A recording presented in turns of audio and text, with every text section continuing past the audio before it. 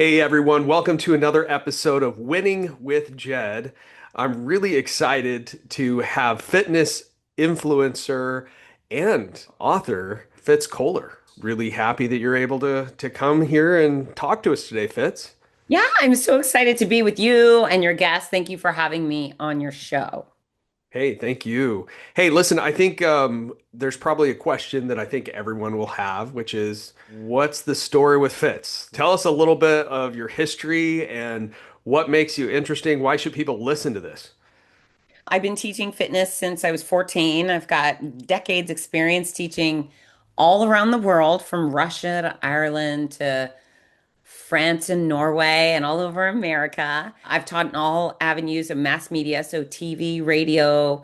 I have my fifth book coming out right now. I've done corporate presentations for giants like Disney, Oakley, Tropicana, Office Depot, American Cancer Society, American Heart Association. So the companies that you trust me.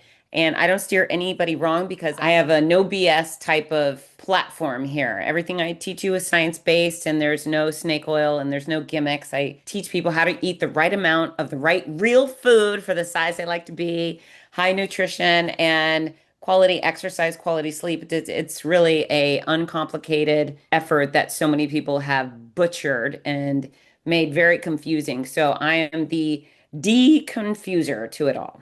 Well, that's really helpful. I think that, and you can tell me this, but I think people have very different experiences and relationships with food, Yeah. right? I think that that's like a big thing, and especially in today's society, we're constantly bombarded with wanting to feel good. And I think for people, they're not necessarily looking at where do I want to be, they're kind of looking at the moment because I think that that's kind of what the messaging is like right now, everything's now. Tell me a little bit about the relationship with food for your clients. What do you preach? You talk about eating well, Right. but that's just part of it, right? Like what's the relationship with food look like for people?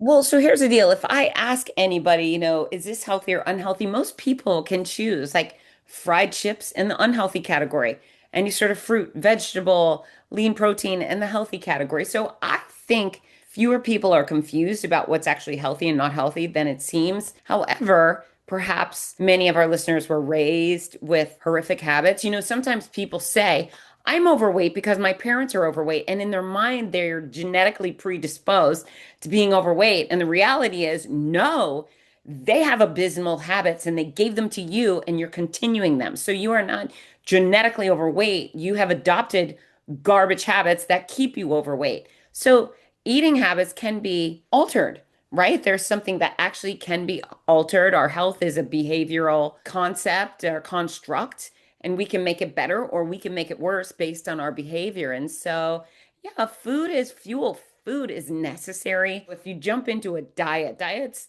let's talk Isn't that definition. kind of the bad word, really? Like diet?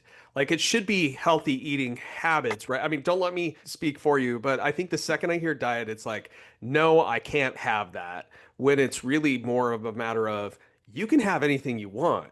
What result do you want? Is that right?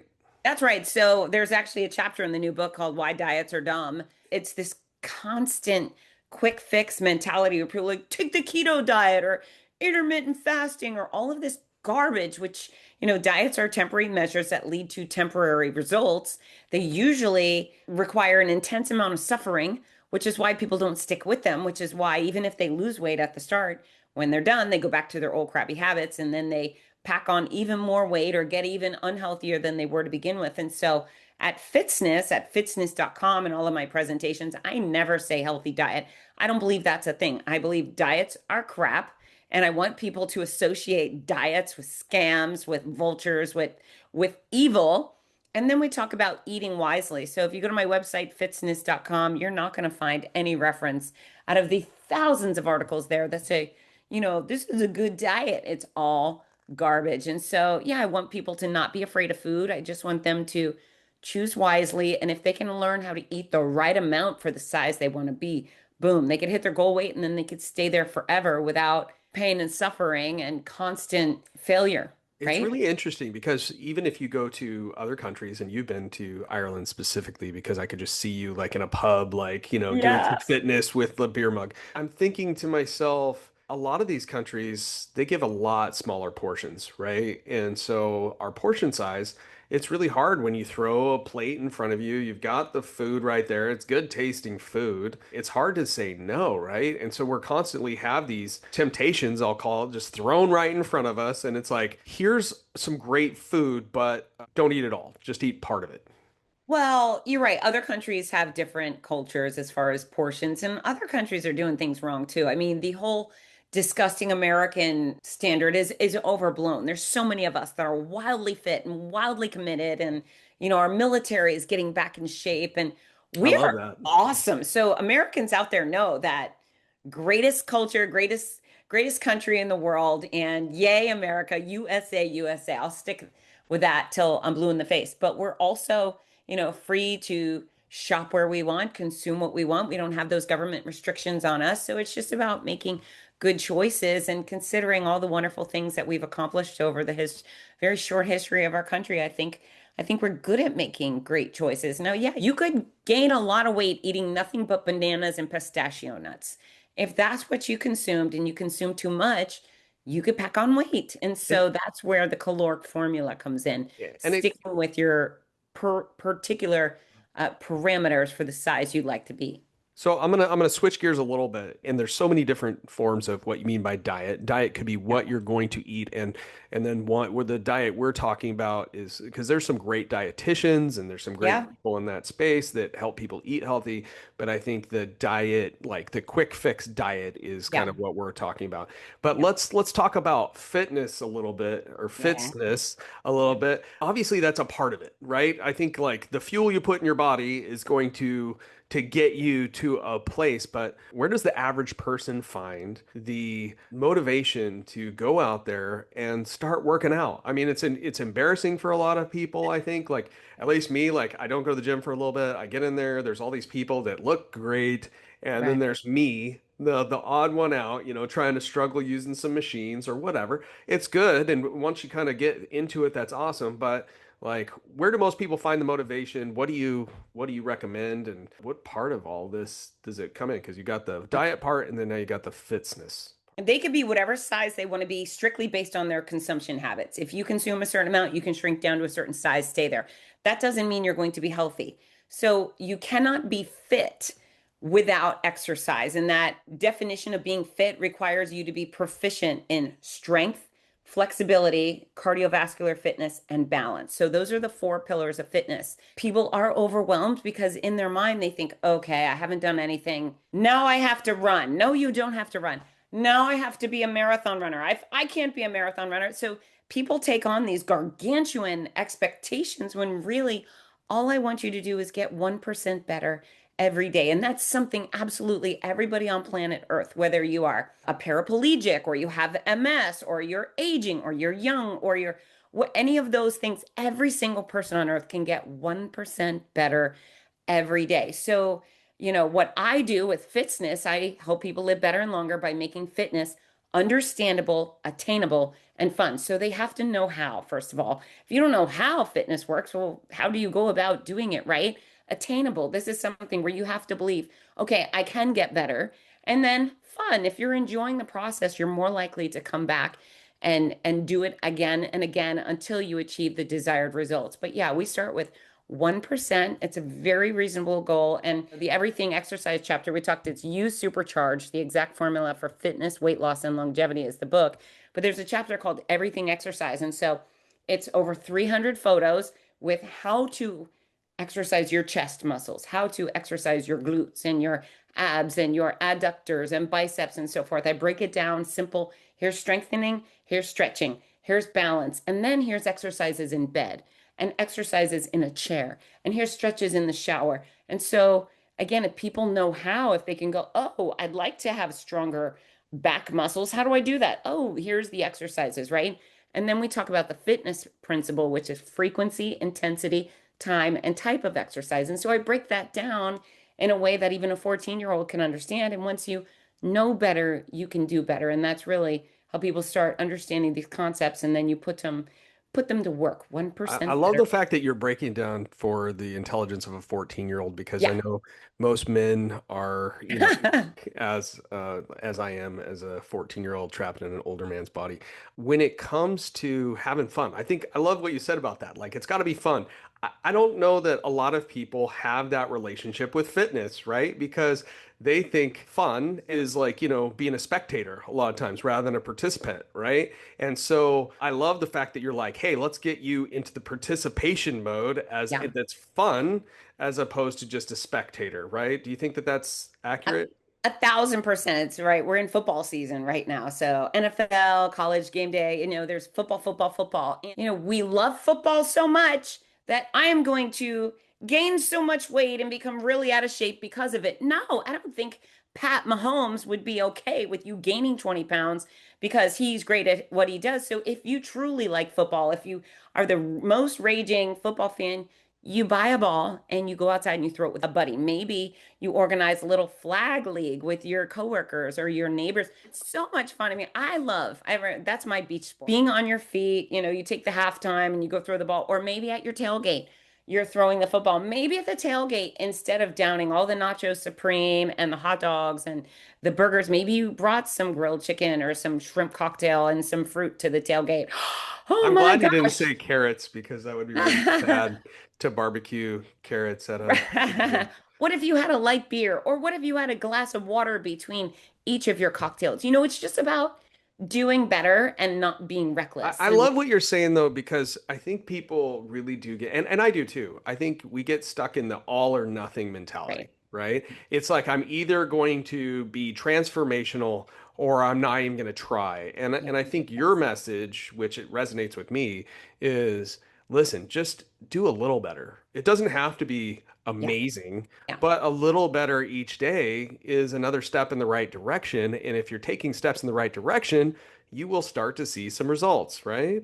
Well, that's right. And then the accumulation of 1% better, all of a sudden you look in the mirror and you're like, hey, my XYZ looks better, or my pants are looser, or I feel less tired, whatever it is. All of a sudden, when you have a significant result, you go, oh, I want more of this. And then you lean in further. So I don't believe that anybody will ever make positive change in fitness until they get sick of the status quo, right? You're sick of your back hurting. You're sick of being overweight. You're sick of your pants not fitting, whatever it is. You're sick of being tired and you sleep poorly, whatever. When you put your foot down and say, no freaking way can I live another day like this, then you make progress. But if you set reasonable expectations and you stay disciplined, here's the thing. A lot of people get motivated. Motivation. Oh, I got a reunion coming up, or I'm on a hot date, or whatever. Motivation. Motivation will get you started. Discipline will take you to the finish line. So either you are an excuse making slacker who will quit on anything, especially yourself, or you say, nope, I'm going all the way this time. Fitz taught me how, and I'm going to take this 1% better thing seriously, and then you get it done. And so motivation, yay for motivation, but really it's discipline that counts. And I think, you know what? I think there's a lot of people that's like a bad word, right? Discipline. Right. So okay, you need discipline if you're struggling there. Here's the deal. I imagine most of your listeners are disciplined. They prove it by showing up to work on time every day, doing the task at hand, changing the diaper when the baby cries, brushing your freaking teeth if your teeth haven't fallen out of your mouth. You have some element of discipline. You just have to focus it If you there do have teeth because, that have fallen out of your mouth, then just I don't know, right, just move along, pause. you're a Yeah. lost cause, right? But yeah, it's what do you want? And I have a friend who is, gosh, he used to be, I think it was about 350 pounds. And now he's about 200. He was 185. He was at his best. This guy got ripped. He looked like he belonged on the cover of Men's Health magazine. And so I ran into him about a month ago and he'd put on a little bit of weight. He's not spiraled. He's just much softer with maybe a good 20 pounds over his best. And he goes, yeah, I want to get back on it, but I don't want to be deprived. And so here's the thing. Would you rather be deprived of some mac and cheese, or would you rather be deprived of the ability to just take off your shirt and mow your freaking lawn like a boss, feeling fantastic? Or, age and be able to carry your grandkids, or put on your socks without tearing a muscle in your hamstring, right? So there is sacrifice. When you say no to one thing, you're saying yes to another. So say no to a big bucket of mac and cheese and then say yes to you looking hot as hell mowing the lawn. It's just, what do you want more? So I'm gonna give a saying, and I want Okay. to get your take on this. Mhm. Nothing tastes as good as skinny feels. Okay, so here's my alteration is anybody could be skinny. I had cancer 5, 6 years ago, but I did about a year and a half of cancer care, and I was emaciated. I was skinny, and it was gross. So skinny's never a reward. Skinny is not something we strive for. Skinny is not ideal, right? Instead, we want you to aim for healthy. Now, being overweight, bad every time. It's always too much on your spine, on too much on your disc, too much on your joints. Being overweight will have dire consequences. So instead of aiming for skinny, aim for your fighting weight. Pick your own fighting weight and aim for that. Having a body you love certainly tastes better than I love anything what you you can put in said, your you're mouth. fighting weight, because I think you know what, people should be in that kind of shape, right? Where they're like, hey, I'm gonna go, and fighting doesn't even necessarily mean hand-to-hand combat. It could just be like, I'm fighting my way through life. I want to Yeah. be in the best shape of my life. You had a struggle with breast cancer, right? Right. Yes. And I'll throw this out there. That's a pretty big deal. A lot of people don't know this, but I lost my mother to breast cancer 5 years ago. This is something very dear to me. Where did you find the inspiration? Like you not only just like went through it, which is like to me is it takes a lot to get Yep. through that, but also you went and inspired other people. You created opportunities for people to get involved and did a lot with it. So can you walk us through that quickly? Yeah, so I'll start by saying I'm so sorry about your mom.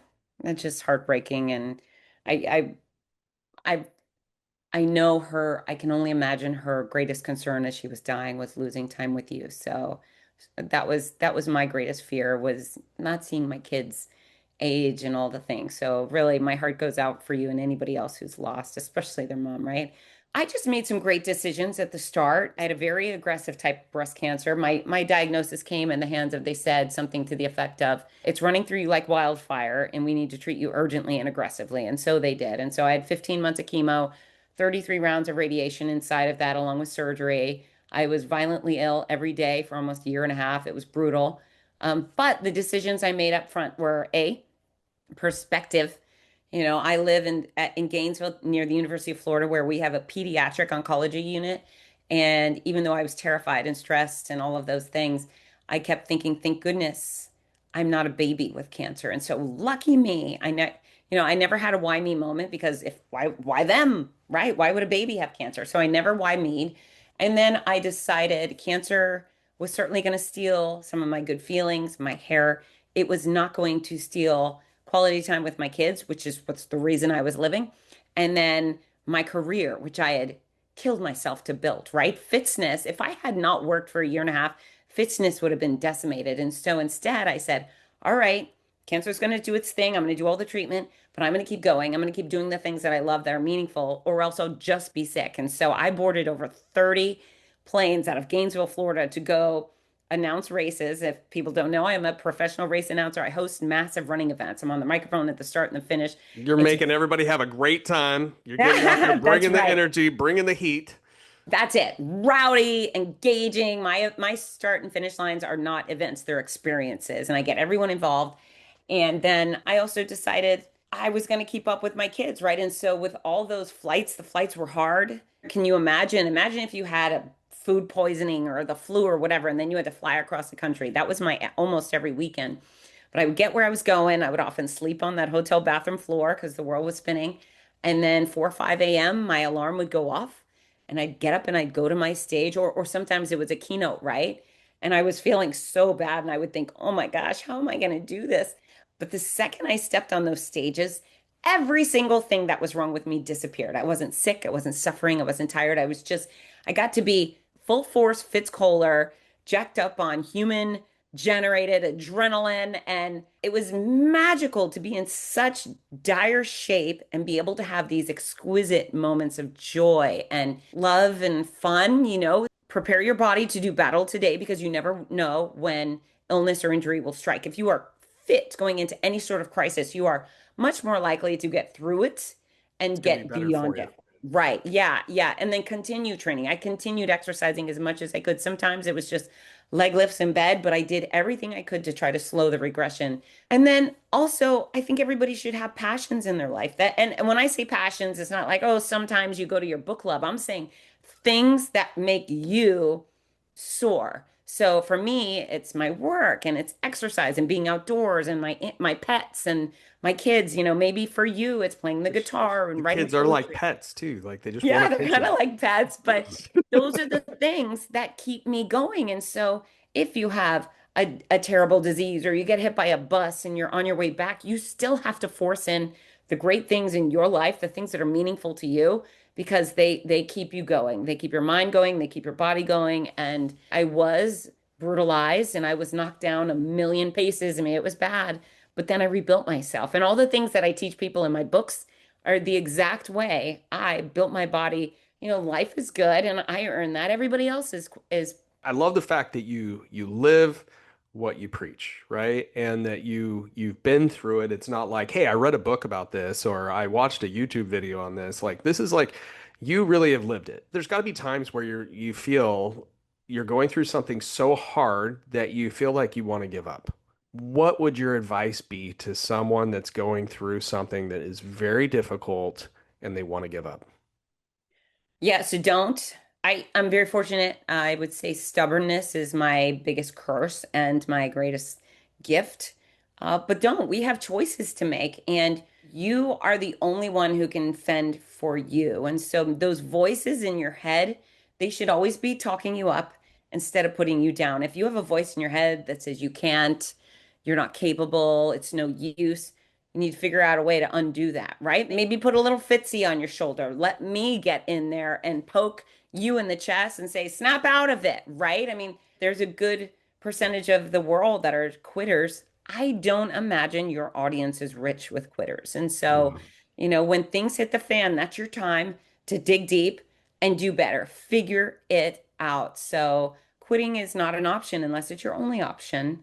And then I hope you control what you can on your way out, right? But if you're not there, man, 1% better, you can do that. 1% better. And the reality is I so strongly believe everybody's got a better version of their self inside of them. That's why I call the book You Supercharged, because it's not about being my vision for people. It's about whatever you are, but this way better version of yourself. And even if you're in great shape right now, there's an even better version of yourself right now. And I'm gonna have to just get off of this and go work out real quick. yes, yeah, you do. But just a second, I'm doing some leg lifts while we're talking here. Your message is, and I actually talk about this in my book, Shut Up and Win. I talk about how we either have the critic that's Mhm. like, why did you do that? You can do better, whatever. Or we have what I call the super fan, which is like if you had a person that was Fitz's super fan and they saw you across the room and they like almost want to cry because they're so excited that Fitz Koehler is sitting right there in front of them and you were to ask him, you're having kind of a weak moment, Fitz, which I know probably never happens for you, but you ask that super fan, do you think I could make this happen? Do you think I could do this? And what's the super fan say? They're like, "Of course you can. You're Fitz Koehler. If That's you right. can, if anyone can do it, it's Fitz." And Yeah. so we talk about that. It's like you can either be faithless or faithful. And I say be full of faith. And why not be an encouragement to yourself? So I love that you're saying that. I like to ask people, what is the biggest piece of advice, the biggest golden nugget that you've ever gotten that you would love to share with our viewers? Gosh, and as far as advice I've received, so of course I've got a bunch of tidbits in my head, but I was told to always associate up. And that means hang out with people better than myself, people that I strive to be like, people that lift me up. And that has gone a long way. And I have removed people from my life. I have a Which relative. that's difficult, right? I mean, it's not an easy thing sometimes. Yeah, yeah. And then you learn, you're like, oh, I can't allow my kids to see this person treating me like this, or they're gonna allow somebody to treat them like that. So Yeah, I'm good at making hard decisions. I think we all have the capacity to. It's just what is your level of tolerance for BS, right? And then if you're hanging out, there's the extreme, right? There's the CEO or the super mom or someone who's really achieving great things, and then there's people who are constantly calling in sick for work, or they're on drugs, or they're overweight and out of shape and constantly making excuses. If you hang out with the people doing the wrong thing, you will become more like them. And if you hang out with people doing the right things, you will become more like them. So that's the greatest advice I've ever received. And I So aim for say that it every again, day. always, Associate up. always Hang out associate. with people better than you. Well, you know what? I know that at least today I'm winning in that factor. Yeah, So I've I feel I've the already same. associated up today, so I've got that. I know you've got this new book that's coming Yeah. out, and I'm excited to read it. Is it also going to be on Audible, or like you going to do an audiobook, or are you just doing the hardcover to begin with? So that's a great question. One of my books has an audio book and it's done very well. My Noisy Cancer Comeback. But this one does not have an audio book yet. Okay. It is so rich with photos, which has been a very big part of the process. I just wanted the book out. I want to start changing lives as quickly as possible. So right now, hardcover, paperback, ebook is available. The audiobook will be coming It's soon. a little tough to do the exercise diagram on an audiobook, so that makes a lot of sense. Yeah, that and it'll likely just be a PDF attachment for whatever audiobook retailers. But yeah, the book's available now and I'm so They'll excited. want to buy the book and the audible. I mean, Right. why not get both? Where could they find it? Okay, so here's the thing. I prefer folks come shop with me. My website, fitzness.com. That's Fitz as in zebra, NESS. So .com. So the word fitness with that Z in the middle.com. If you order from me, I sign every copy. I Every include copy. every single copy gets a personal autograph. And then I put in these really fun free gifts and then I package it in a very fun way and send it out to you with love. It's also available wherever books are sold. So and if you go to fitzness.com right now, there's some great specials. There's free shipping codes. There's buy four, get one free if you like to purchase them as holiday gifts for your friends. So, yeah, always come to me. Always come straight to me, and then I can personalize things. But the books are Go available straight everywhere. to the source. That's what you've got to Yes. do. I want to just give you an opportunity. Is there one last piece that you'd like to share with everyone today? Yeah, gosh, life is short. Life is so short, and do as much as you can with it. Yes, exercise is necessary. Yes, quality food will get you further to a longevity and so forth, but have some fun. Really, I think the cancer thing really shined a light on that. If you're cut short, then you miss out on opportunity. But we're all here. We're all here. So, go swim with the whale sharks or go I don't know, sing karaoke. Life should be fun and filled with memories. And then, when our day comes, will the people at our funeral service say, "Wow, she really, I'm sad she's gone, but boy, she did it all. She saw everything. She was a ray of sunshine and really made our lives better." Or, oh, it just never seemed to click for that person. So make it click right now. Supercharge yourself. Go you're the only person who can do it. Nobody can do it for you. So please heed my words and make your life as great as it can be because it is very short. There's no better time than now. Today. Let's go. Let's Let's get go. it done. Let's get Uh-huh. it done. Fitz, thank you so much for coming and joining me today. It's been an absolute pleasure. I'm going to just really encourage everyone, get out there, check out her book at fitzness.com. And thanks again for joining us. Thanks so much for having me. Bye, everybody.